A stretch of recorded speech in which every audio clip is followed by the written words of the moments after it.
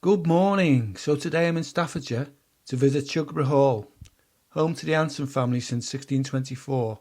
It was once described as a perfect paradise. Enjoy.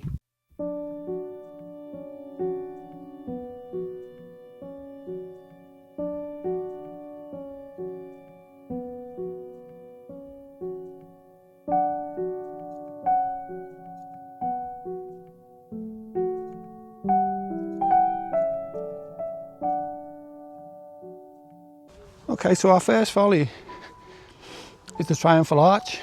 It's based on Hadrian's Arch in Athens. It was built in 1765 following George Anson's death, and it was designed by James Stewart, who was inspired by his visits to Greece.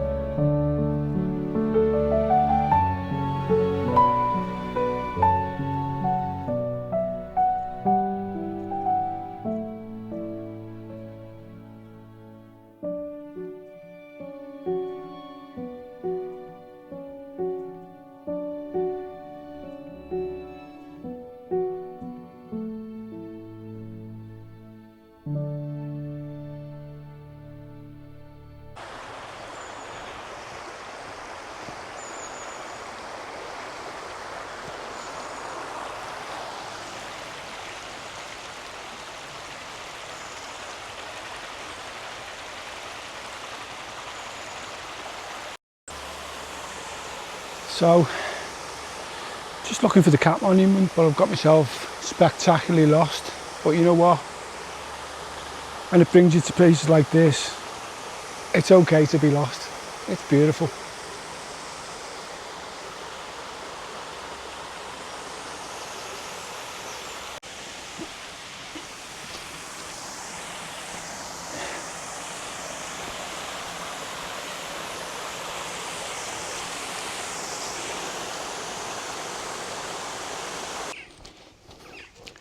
So here we have in front, as my watch tells me I'm doing a workout. Thank you. So this is Shugborough Hall. I say home to the Anson family since the 1600s. It was much developed in the 1700s by Thomas, using the wealth of his brother George escapades in the Navy. A bit later on, it doesn't open till 11. We'll go in, have a look around. Hopefully they'll let us film. But for now, as I say, we're going to just nip around a few of the follies in the garden. There's a couple I particularly want to see. One is the Shepherd's Monument, and the other the Cat's Monument, and they're both shrouded in mystery. I'll tell you a bit more when we get to them, if we find them, because I've already been lost once. But look at this place. It's a neoclassical design.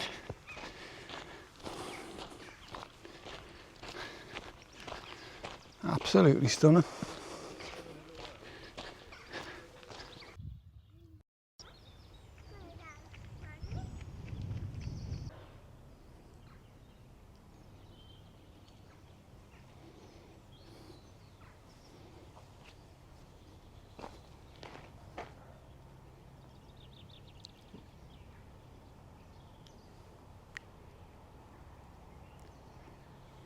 Okay, so moving right, this is the lanthorn of Demosthenes. and it's an accurate copy of a classical ruin which Stuart sketched on his travels. This monument was built between 1764 and 1771. Hope that's correct. I'm not entirely sure, if I'm being honest with you, but there you go. I'll look it up when I get in, I'll check it. And I'll put something on screen if it's wrong, but there you go. Finally, so after 4 kilometres, I think 3 of them were in the wrong direction to be fair, we found a cat monument.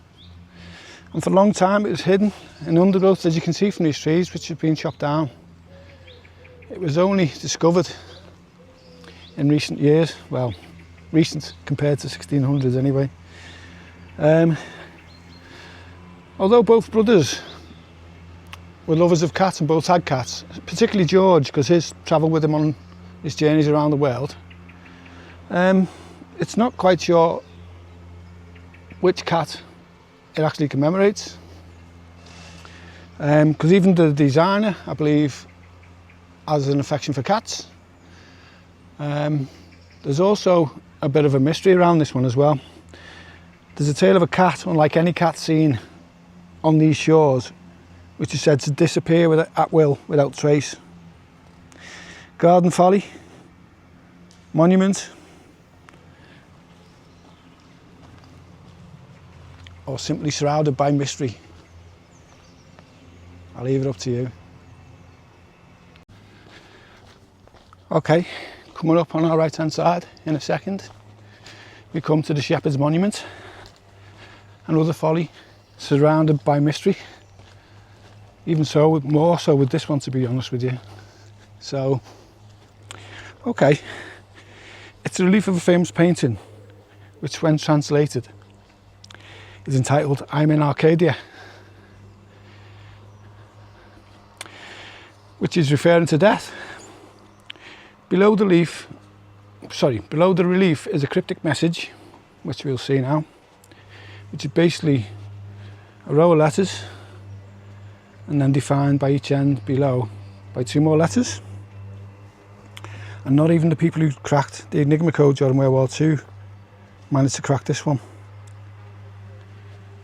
Some say it provides a clue to the whereabouts of the Holy Grail, as it was rumoured that during Lord Anson's travels he become aware of the home of the Holy Grail. Again, it's just another mystery of this place. It's amazing.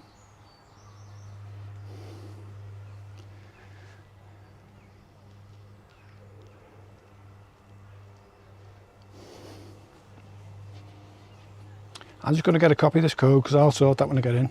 I haven't got a crossword, so give me something to do.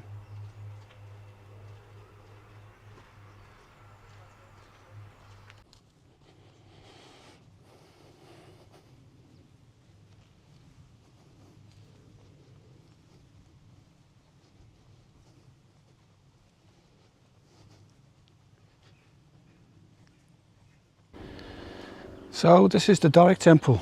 It's another one of James Stewart's designs. I think it was 1760, and it was one of 2 copies of a famous build in Athens. It did once house statues and so forth, which I think they were sold off in the 1960s, I think it was.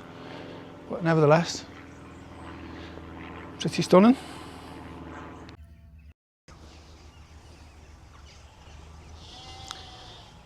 Just the sheep taking shade on a sunny, warm afternoon.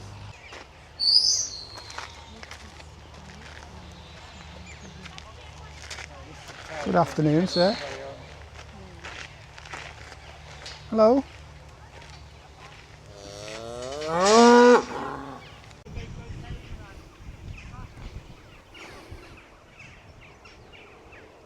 So this is another James Stewart design from 1765 to 66, and it's called the Tower of Winds, again based upon a building back in Athens from his travels. It was originally the centre of the village pond that was surrounded by water. And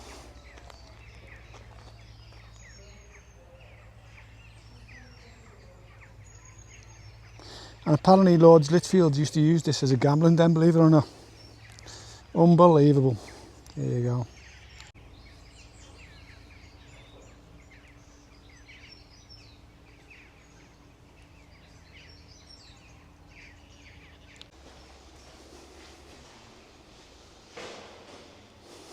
Can you imagine using this as a gambling den?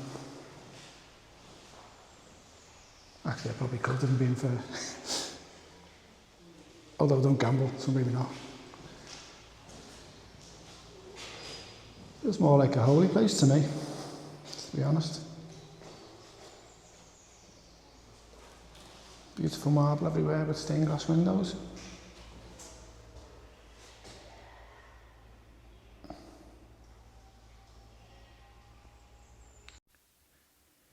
The most famous of the Anson family are brothers Thomas and George.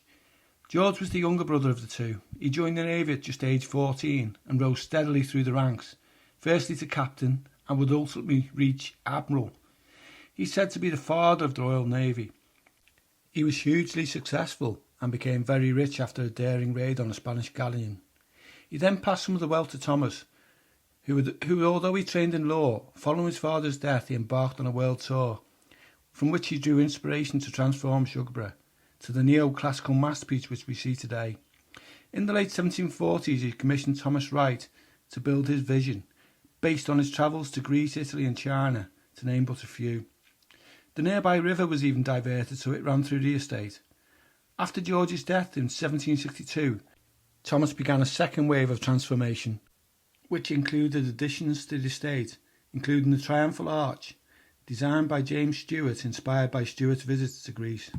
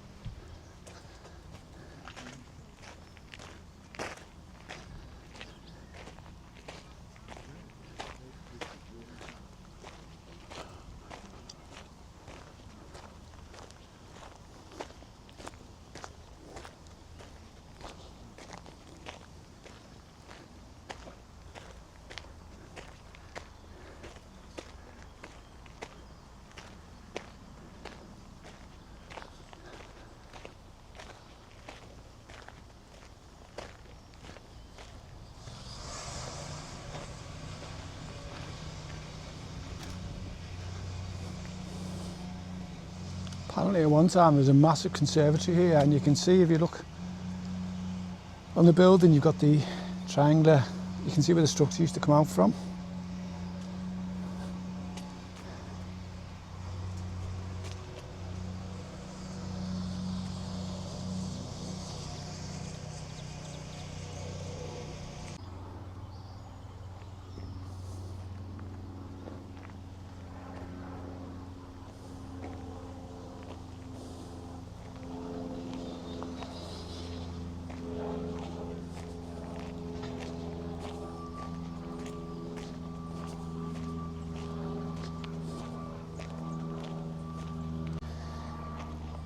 Now I know Admiral George Anson went to China, but that's just spreading it a little bit far.